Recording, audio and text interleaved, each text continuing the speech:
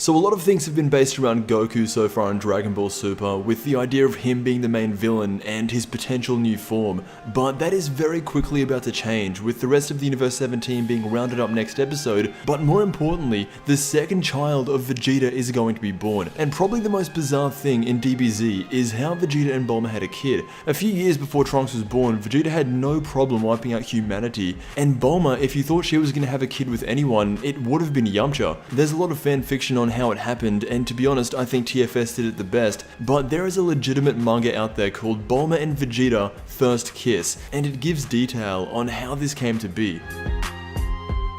The story starts off at the beginning of the Android saga, just after future Trunks warned them about 17 and 18. Vegeta, during this time, was not a good guy. He was living on Earth, but that is only because of Goku. While he's training at Capsule Corp, Bulma is acting a lot like Bulma. She's in the other room with Yamcha, and this is very similar to what happened in the actual show. Bulma and Yamcha are sitting around having coffee together, and Vegeta pretty much walks in and calls out Yamcha for not training for the androids. This is where it starts. A few months later, Vegeta was training so hard that he broke the gravity chamber, and Dr. Briefs, while he's fixing it, he asks Bulma to work on Vegeta's new set of armor that we eventually see him wear throughout the rest of the Cell saga. One night, when Bulma was up late working on the armor, she hears a noise coming from the kitchen. Turns out that it's Vegeta munching down some stale toast from her fridge. Since the gravity chamber's broken, there's not much he can do to pass the time. He's hungry, and Bulma takes this opportunity to make him some food. This is where they first begin to form some kind of bond.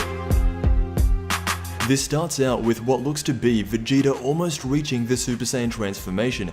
It then cuts to a shot of Yamcha driving around the city in his car, and at this point in the story, Bulma has broken all things off with Yamcha. He sleeps with way too many women for Bulma to have a nice relationship with, so what he ends up doing is going to a payphone in the middle of the night and calling her. Since there's heavy rain out where Yamcha is, when he called Bulma, she couldn't hear a thing, and so she instantly hangs up the phone. So as you could probably guess right now, Yamcha's not feeling the best, but to make things even worse, Vegeta drops by after he finishes training. In this version of the story, these two hate each other more than ever. For some reason, Yamcha thinks he can mess with Vegeta. He tells him that he's a lot stronger than he once was, and as he attacks with his Wolfang fist, Vegeta, with his super speed, dodges the attack and knees him right in the stomach. With that, Yamcha is done, but since Vegeta at this point in the series is still not 100% a good guy, he decides to blast him. This was nowhere near full power, but right outside Capsule Corp, Vegeta fires out an energy blast at Yamcha. What this shows is that between Yamcha and Vegeta, the only guys Bulma has had any potential with,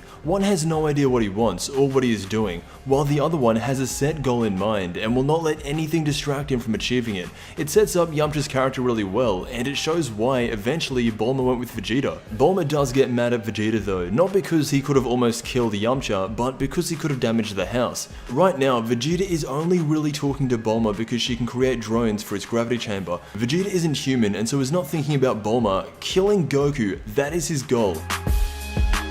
It's late at night, and Vegeta's knuckles are cut open, but he's letting Bulma treat them. They get talking more about Vegeta's training. However, Bulma says something that really pisses off Vegeta. She calls him gay for resisting her for so long. This is where Vegeta freaks out. At this point of the series, he feels nothing. Bulma could be bare naked spread out in front of him, and he would still be more interested in his gravity training. This all happens very quickly, but Bulma asks Vegeta, why is he always like the way he is? Why is he always so mean? And without any hesitation, she goes in for the big kiss on the Prince of All Saiyans. Vegeta is in shock for the next couple of pages, and he asks Bulma, what made you take that risk? She doesn't flat out answer him, but that is how Vegeta and Bulma happened in this version of events. There are more chapters to this story, however these are the only 3 that have been made public by the author, whose name is Long Love Vegeta. If you want to read more into it, I'll leave links to all their social media below, but that is a general roundup of how Vegeta and Bulma had a kid in Dragon Ball Z. Honestly, I think this is very accurate, but yeah, let me know what you think. I want to thank you so much for watching, and I will see you in the next Dragon Ball video.